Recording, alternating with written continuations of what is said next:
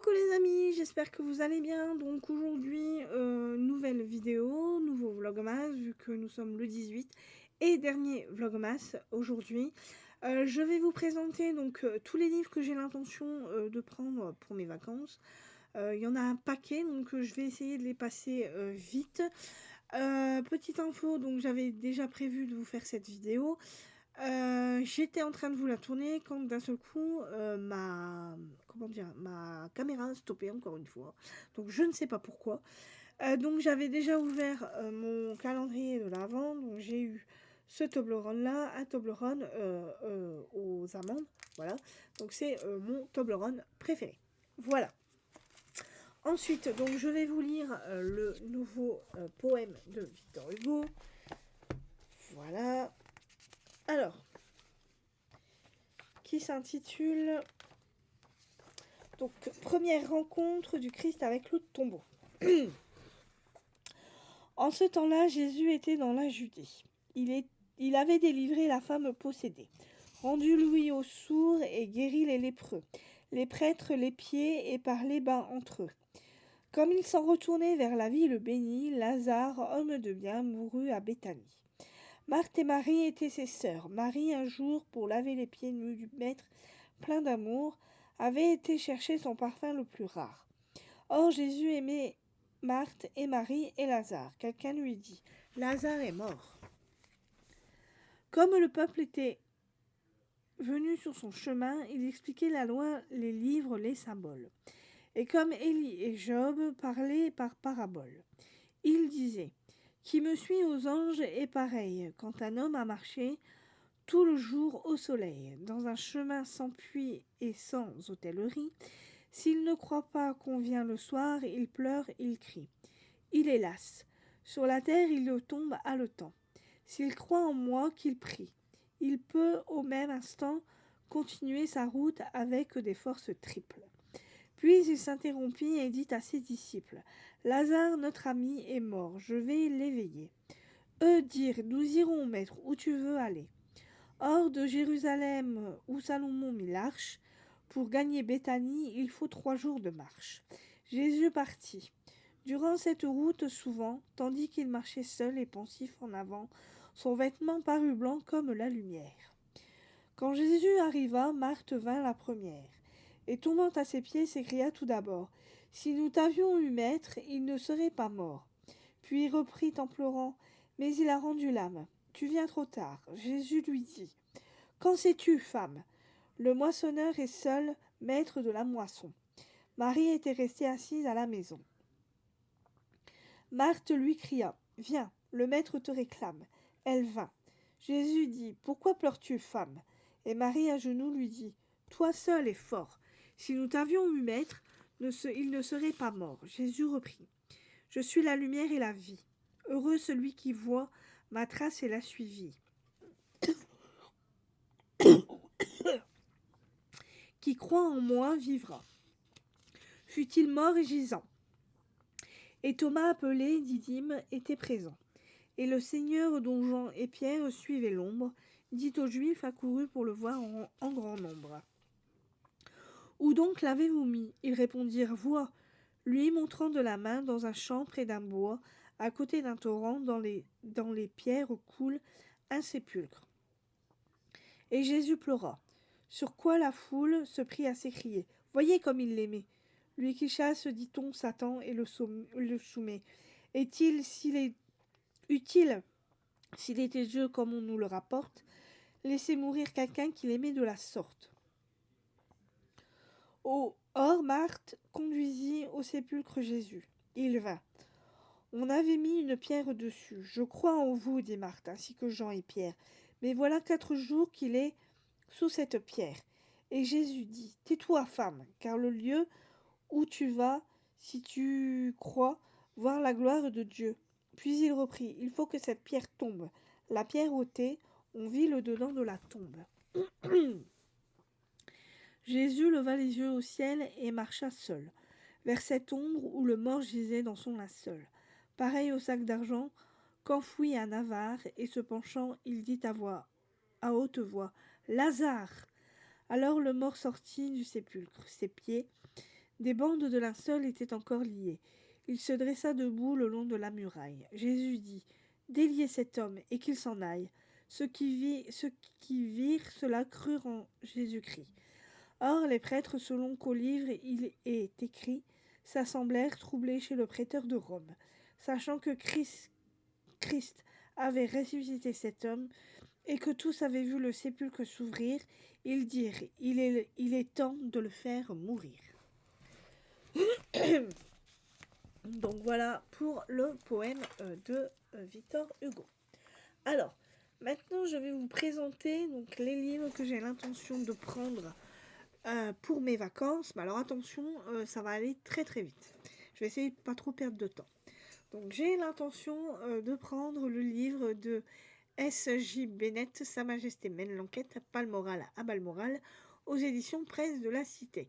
Sachez que c'est le quatrième livre de cette autrice. Voilà, il y en a 3 autres avant celui-là, que nous sommes en 1957, que nous sommes avec une princesse Elisabeth très jeune. Il va y avoir des morts. Elle est en visite officielle à Paris et au même moment où elle est à Paris, il y a des morts à Londres. Voilà, dont une escort girl qu'on va retrouver avec un diadème orné de diamants. Bien évidemment, la princesse Elisabeth va vouloir mener l'enquête avec l'aide de sa secrétaire, donc Joanne McGraw. Voilà. Donc Sa Majesté mène l'enquête, Balmoral à Balmoral, de S.J. Bennett aux éditions Presse de la Cité. Ensuite, donc j'ai l'intention de prendre le livre de Noémie Adenis, Le Jardin des Anatomistes, aux éditions donc Robert Laffont, La Bête Noire. Donc c'est un historique, nous sommes à Paris, en 1673, avec un chirurgien, Pierre Dionis, qui opère des cadavres. Voilà, et malheureusement, il y a une série de meurtres qui va accabler la ville.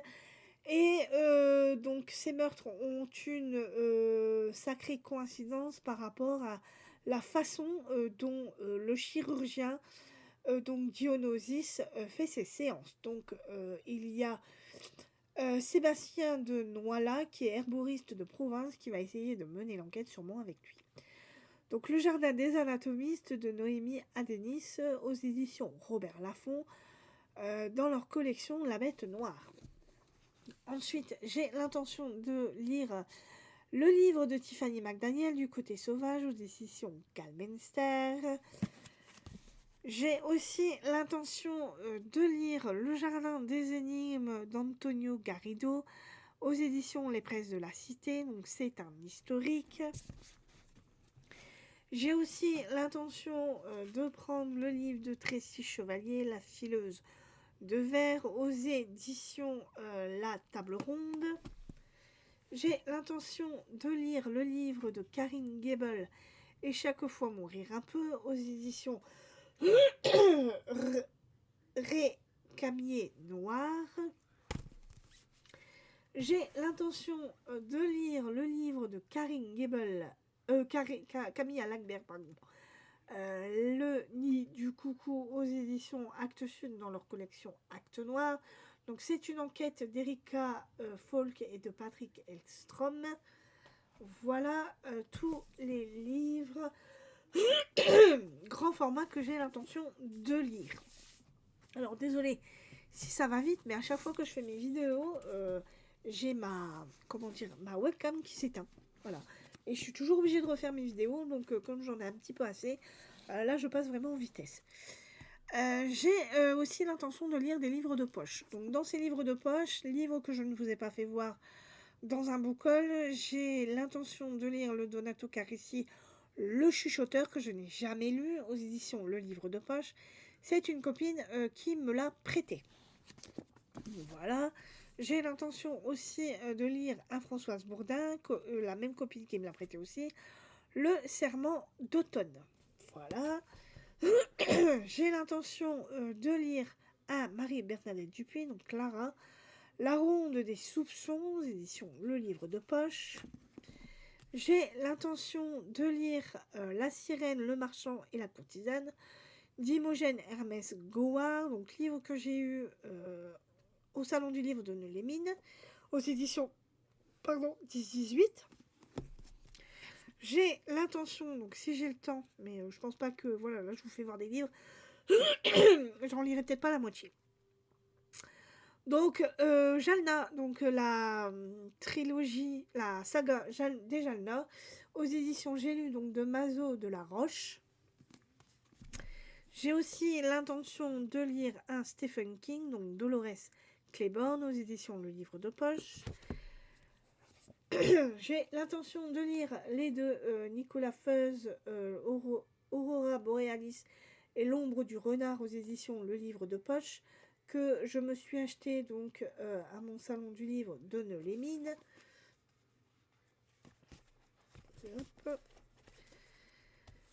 J'ai aussi l'intention de lire Gardien des cités perdues de Shannon Messenger, voilà, aux éditions PKJ.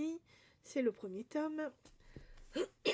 Et enfin, j'ai l'intention de lire Anité français, donc la saga des Casalets, le tome 1 d'Elizabeth Jane Howard aux éditions Folio. Voilà tous les livres que j'ai l'intention de lire durant mes vacances. Alors, je vous les fais voir là. Je vais tout prendre, voilà, mais je ne pourrai peut-être pas tout lire. En 2 semaines, ça m'étonnerait que je lise absolument tout. Voilà. Mais je préfère mieux prévoir, voilà, prévenir que guérir. Au moins, j'ai des livres pour mes 2 semaines. Bah écoutez, voilà pour ma petite vidéo. Désolée si elle a été aussi vite, mais comme je vous l'avais déjà faite tout à l'heure et que ma caméra s'est éteinte, là je vous la fais vraiment en vitesse pour pas trop traîner, parce que j'aurais peur qu'elle s'éteigne de nouveau. Voilà, donc j'espère que cette vidéo vous aura plu, que le petit poème de Victor Hugo vous a plu aussi. Au niveau des poèmes, donc je pense que je vais les reprendre l'année prochaine. Ça refera des poèmes à lire pour les prochains vlogmas. Voilà. Bah écoutez, sinon moi ça sera mon dernier vlogmas aujourd'hui. J'espère que tous ces vlogmas vous ont plu, que vous avez été satisfait de ce que je vous ai présenté. Alors même si j'avoue que des fois j'avais pas trop d'idées sur ce que je voulais faire, mais j'ai essayé relativement de vous faire un peu plus de contenu par rapport à ces vlogmas. Voilà, bah écoutez, sinon moi je vous dis donc à l'année prochaine. Donc je vous souhaite de très bonnes fêtes de Noël et un très bon jour de l'an. Voilà, donc je vous dis à plus tard, donc à l'année prochaine pour une nouvelle vidéo et une nouvelle année ensemble. Bye bye.